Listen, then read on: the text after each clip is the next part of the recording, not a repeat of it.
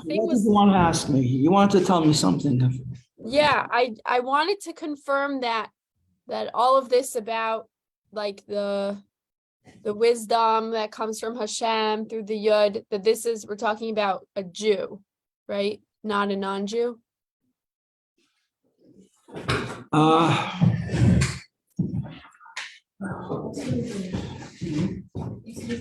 Yes.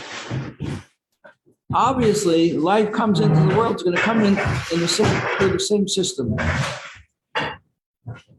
because nothing in the world exists that doesn't come from Hashem. It's just at what level does it become realized? What level does it connect with our physical world? It has to go through the end of the stage. It has to go through a cracking process, so to speak, before the drop of oil comes out from the crude oil into refined oil. The soul of a Jew comes out, the animal soul of a Jew comes out at the level that's called klippas noga. A klippa is a hiding. To what degree and how serious is the hiding? How severe is the hiding? How much is godliness hidden? And how much godliness can be available on any particular level? So on the level of Asiya, the lowest world, of holiness, Asiya, the animal soul of the Jew, the human soul, comes out in klippas noga, together with all the kosher food. On the next world up, which is Yetzirah, you don't have Jewish souls there, you have angels. The world of Bria, you have great tzaddikim, souls of outstanding tzaddikim. And the world of Atzilus, you have Moshe Rabbeinu. And the Moshe Rabbeinu every generation. And non-Jew, so far as it seems to me, the soul connects with the body, the life from God connects with the body through the three impure klippas, which are lower than klippas noiga. But it's possible, we saw in the note at the end of chapter 1, there's this note from the Rebbe that says that even a non-Jew, by dint of his good qualities and following the 7 mitzvahs that were given to non-Jewish people, can elevate his soul to the level of basic human soul, to the level of klippas noga. And that's where we have the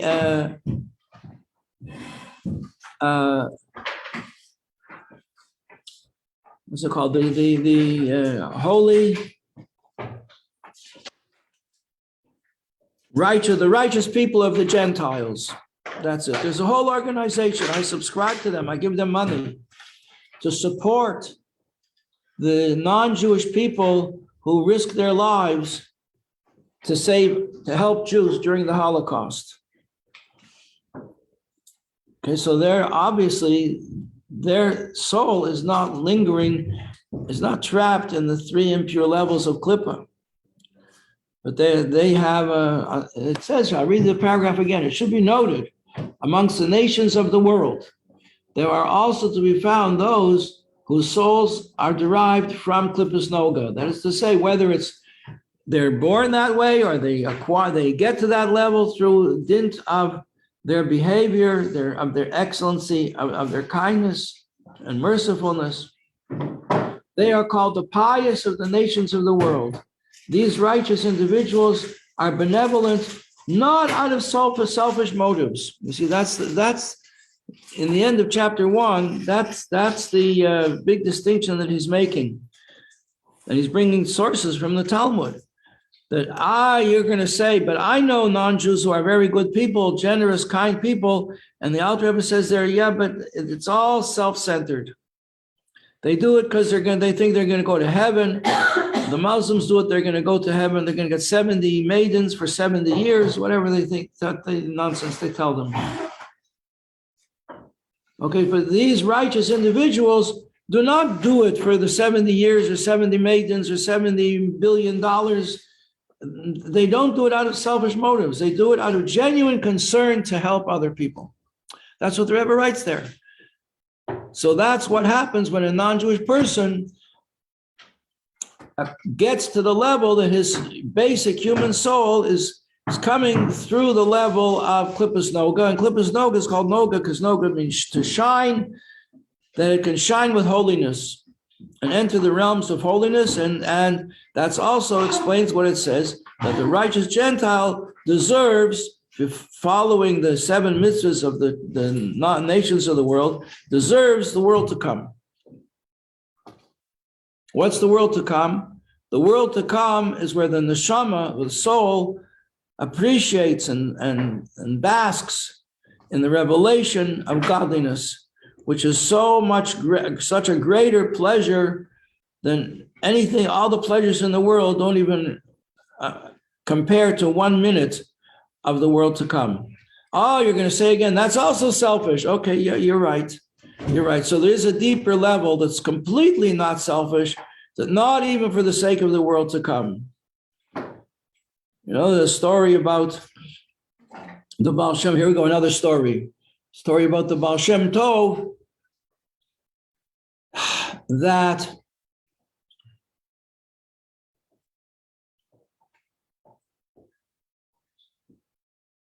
there was a person who had no children.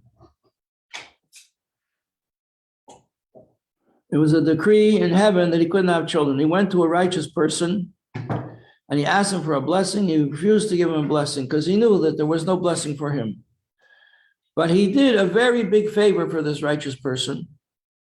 He did something really extraordinary. And so the righteous person blessed him that he should have children. Well, this made a tremendous tumult in heaven. They were very upset in heaven because the decree from God was that he could not have children. And here this righteous tzaddik gave him a bracha. He should have children. And there's a general rule: if a tzaddik says something, Hashem will fulfill it. It says that the tzaddik rules and Hashem fulfills. So since the tzaddik had ruled that he could have children, Hashem had to give him children. But how did he go against Hashem? They were very upset. So his world to come was taken away from him. Oh, you want to give him a blessing against what Hashem says? That's it. For you, no world to come. So anybody who's told he's got no world to come, that's pretty serious business.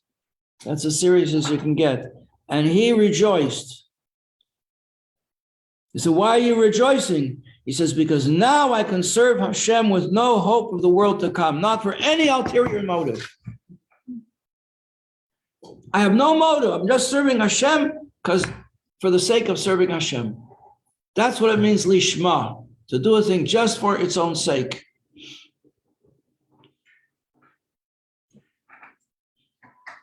Got it?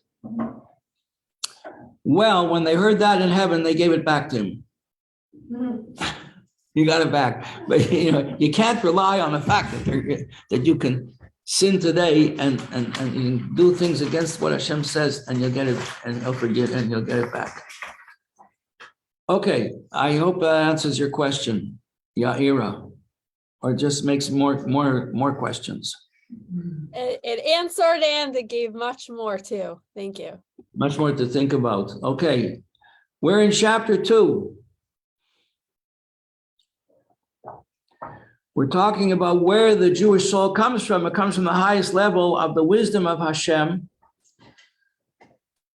This is something that's entirely in potential. All the DNA, the 10 qualities of a Jewish soul, they are rooted in the potential 10 qualities that are part and parcel of Hashem himself. In other words, you want to understand, what am I talking about? What are the potential qualities of a person when they are still in Hashem himself? Think of this. Let me take a stab in the dark. Shoshana. Yes. How many children in your family? 5. 5 children, Kanei Nahara. Okay. Before your father and mother got married, where were those children? In Gan Eden. I don't know. Yeah, we don't know. They had to be realized. Okay, so in the level of Jewish souls that have not yet been realized, that those children that have not even been born yet, the father and mother didn't even get married yet, but it's all going to happen, but it just didn't happen yet. Well, there are levels in godliness that are higher than time. So on those levels, it did happen. But on the level where time exists, as today is not tomorrow and tomorrow is not yesterday, it didn't happen yet, because that's linear time. But there's a higher level than linear time. Maybe that has to do with quantum time, I don't know. But on that level, when we talk about the wisdom of Hashem,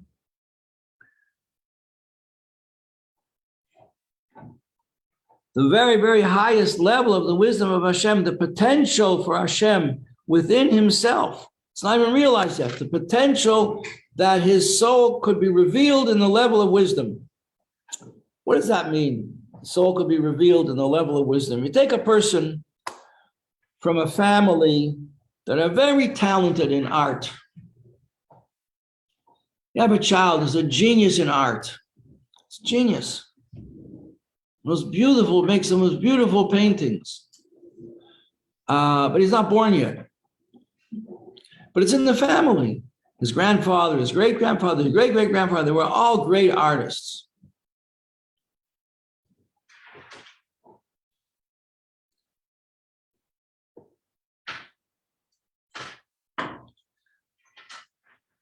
But at some point, the soul of this child is going to be born. Now, when he's born, he doesn't know how to draw, he doesn't know how to paint. But his soul is going to have to reveal itself in the levels where that will be effective, and he will develop the talents that are latent, that are potential in him, in the child. The child will also become a great painter like his forebears, like his ancestors. But before that happens, where was that talent? It wasn't revealed. So the same thing applies to wisdom. Let's say you have a person who's very, very wise. His father was wise, his grandfather was wise, his great-grandfather was very wise. But he's still a little boy, he's not wise yet. Or maybe he is wise. He's surprisingly wise, wise beyond his years. Still, sometimes little boys say very deep, wise things. But before that, still he's not up to that yet. Some children are born mamish wise from birth. They're wise. You see the wisdom in them. Remarkable people, children. Anyway, before this wisdom is revealed, where is it? It's part of his spiritual makeup, but it's just not, it hasn't come down into a vessel that can hold it. His brains have to grow. His feelings have to grow to be able to hold the talent to paint and the wisdom to think and to invent ideas. He has to develop the capacity, vessels with capacity to hold these blessings. You follow me? Okay. This idea of vessels to hold, you have to have a candle. You have to have a candle. Candle makes light. To have a candle, you have to have several things. You have to have a wick. You have to have fuel. You have to have flame. You have to have oxygen. And you have to have a vessel to hold it, a container, something to hold the oil or to hold the candle. You need to have all these things. These things are like vessels. Altogether, none of these things can make a candle. But altogether, they make a candle. If you bring them all together, you make a candle. That's like the idea of hakel. When you bring all the separate things together, you get something new that can be a candle. Isn't that interesting? So before you have the vessel to hold the wisdom, which is the highest of the intellectual qualities, before this vessel has been realized. So it's a potential in Hashem. On that level of the potential of Hashem, on the very, very highest level, which is the source of the highest level, which is the source of the highest level, which is the source of the highest level, that's where the Jewish soul first makes contact with the potentially physical world. It's all in godly potential. It's not part of the world yet, but it's all godly potential. And that's where the Jewish soul comes from. And that's what it says, B'ni b'choiri, Yisrael, the Jewish people are my child, my firstborn son. Because the child is born from this highest, generated from this very highest level of the mind where a person is inspired. If a man does not love his wife, he will not be able to have children. He won't be able to be a husband. Because there's no incentive, something has to draw this out of him. What draws this inspiration that comes out in the seminal drop, what draws that inspiration is the wife. That she arouses the love in the husband that he should want to father a family with her. And from this we see that the superior level of the wife in marriage, that we say that the wife is the crown to her husband. Eishes Chayil, a righteous woman, Ateres Baila is a crown to her husband. Crown, the soul is going to come from the highest level of his intellect, but the crown goes over the intellect. And that's what's going on, that a woman appeals to her husband that he should want to marry her and father a family with her. And this enables this inspiration from the wife, enables him to have a family.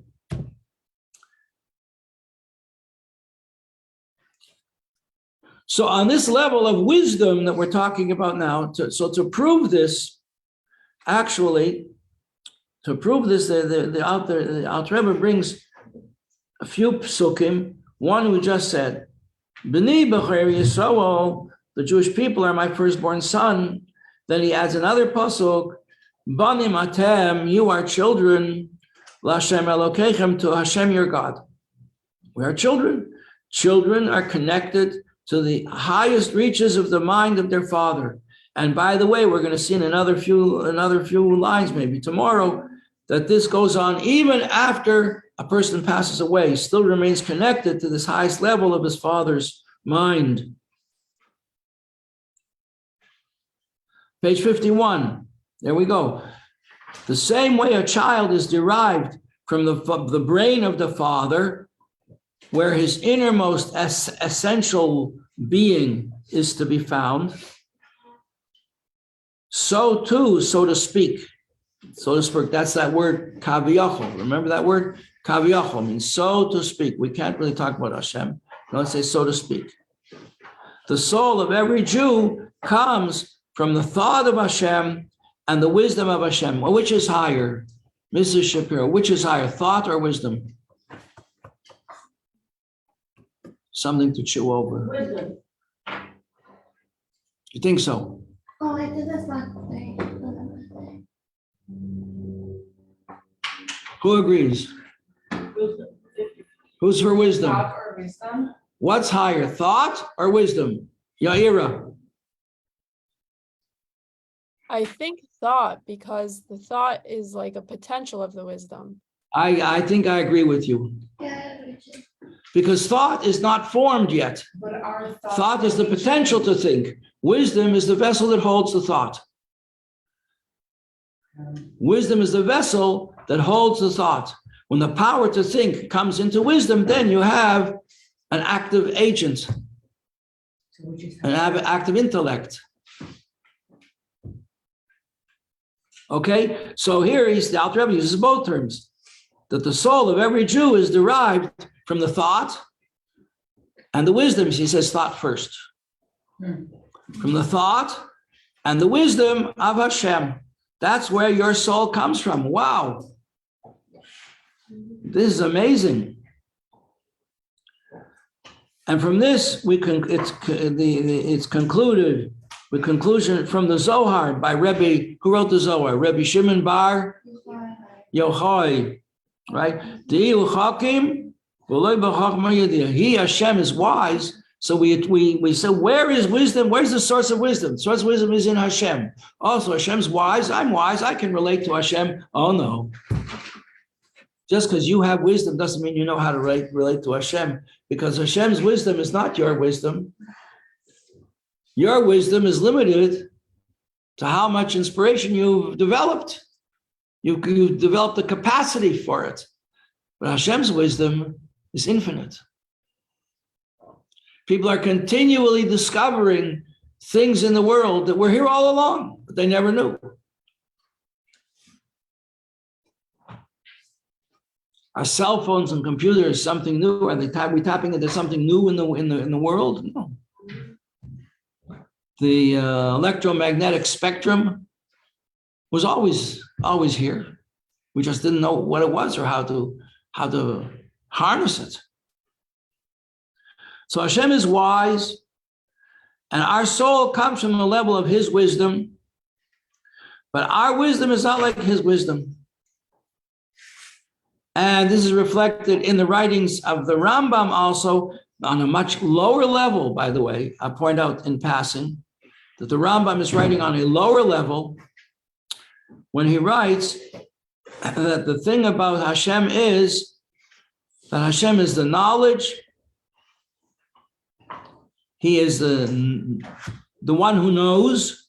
You have knowledge, you have the person who knows the knowledge, and you have the thing that he knows about. Now, I can know about a certain subject, music. I can be a musician.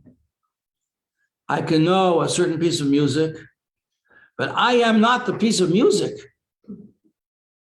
Or like yesterday's example of the car mechanic. I can be a mechanic. I can know about mechanics, but I'm not the car. Whereas Hashem is. The knowledge, the thing, the one who knows, and the thing itself, because He's giving life to it. He's creating it every single second.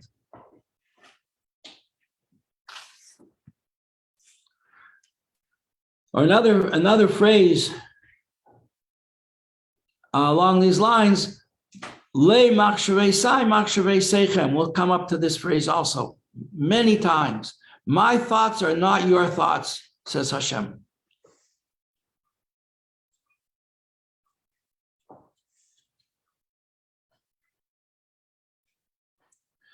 Page 52. I want somebody to read in a loud voice the first dark lines on the top of page 52. Maimonides continues. Who's going to say this in a loud voice? Rachel.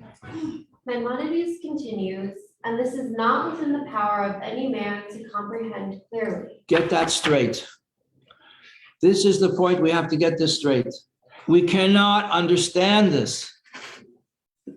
We can talk about it. We can understand that it's an idea, that a person, that Hashem can be the knowledge, the knower, and the thing known, but we can't know what that is. It's impossible. No person can be on that level. And then to drive the point home,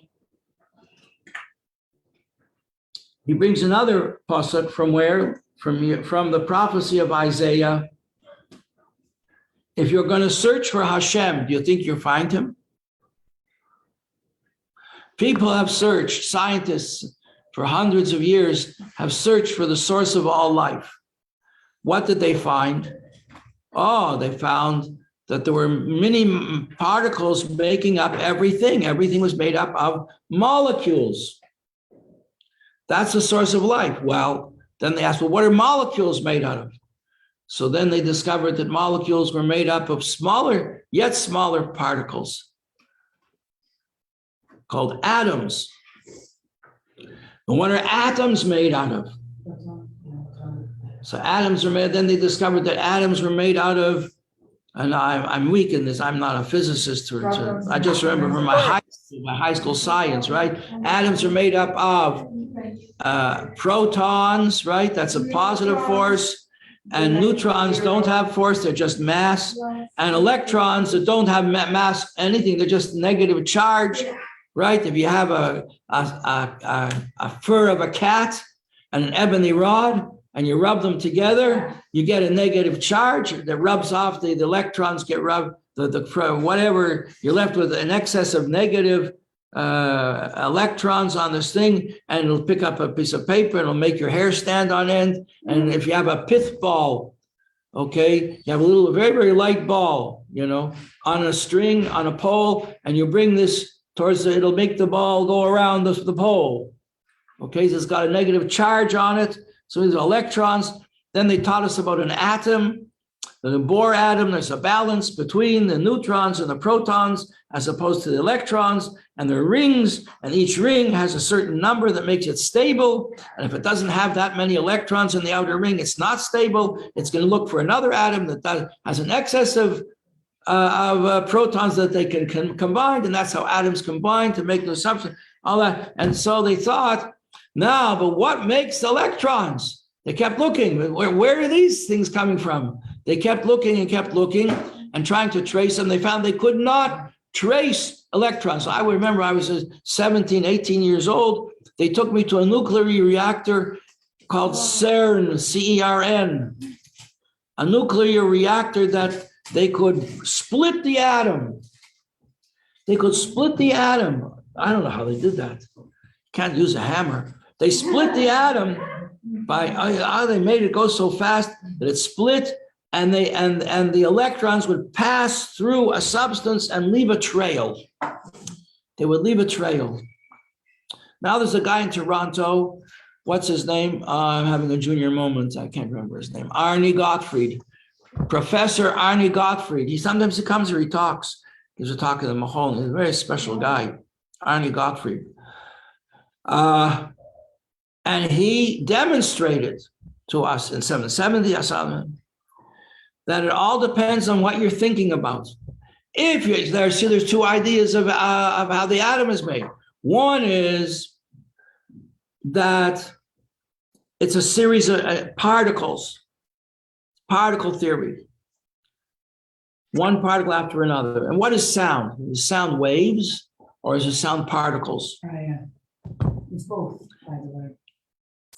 Depends what works. What you use for it. Like the ambulance is coming down the street and it gets louder and louder and louder, and then it passes you by and it gets quieter and quieter. Why? Because as it's coming at you, the particles are being squished.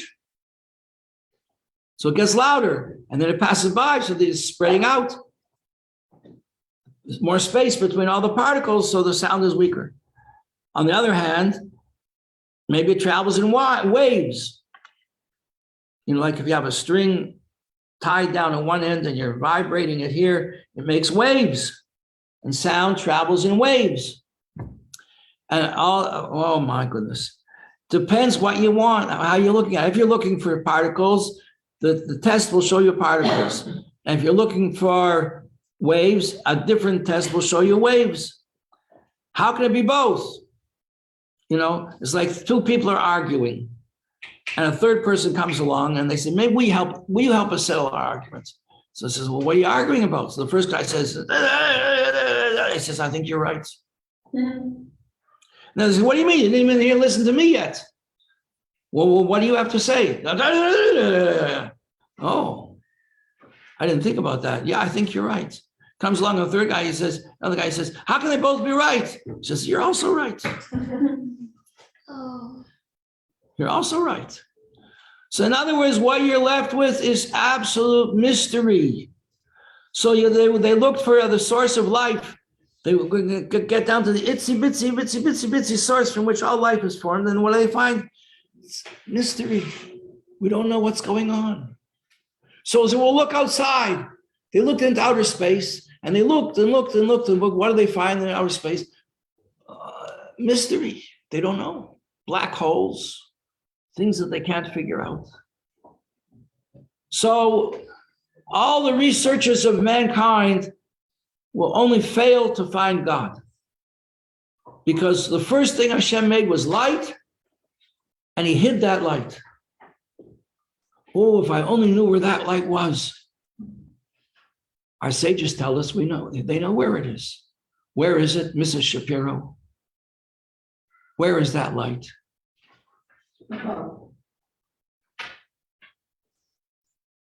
In us? In the Torah. Hashem hid the light in the Torah.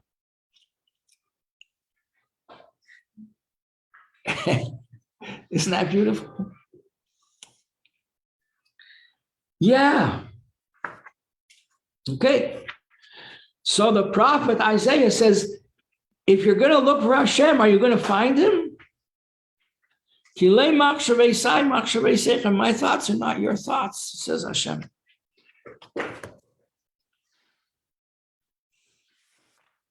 Turn the page. There's a note here, a deep Kabbalistic note. I'm not going to go in there. I want to continue with the flow and the thought of the chapter. So, since the soul comes from this the highest reaches of Hashem's thought, and the point that he's making here now is that Hashem's thought and Hashem are not two different things, like by people. You and your thoughts are really two different things, because you're not born with your thoughts, you acquire them. You grow, you become intelligent, you acquire more information, you process the data, and you become smart or knowledgeable. Okay, but in Hashem, Hashem's thoughts are Hashem, and our soul, that's where our soul comes from. B'nai B'char Yisrael, we are the children of Hashem, the firstborn children of Hashem. We are connected with the deepest essence of Hashem, like a breath blown into us. He blew a breath into the nostrils of man, or the souls of the Jewish people arose in Hashem's mind. That means that he conceived of the Jewish people doing mitzvahs in his mind, so to speak. You got that? Did you hear what I just said? Hashem conceived, when Hashem conceived the idea of the Jewish souls, the souls of the Jewish people, coming down into physical bodies in order to light a Shabbos candle or put up a mezuzah or give a coin tzedakah, he created the world to make it happen. Okay, we're going to stop here. We're going to continue from here tomorrow. Be'ezras Hashem, with the help of Hashem. Thank you, Rabbi Pape. Thank you, Rabbi. You're welcome. Thank you for joining. Well, we didn't do attendance. What? We didn't do attendance. I need to do attendance? Yeah. Okay, Chaya Atkins is here. Yep.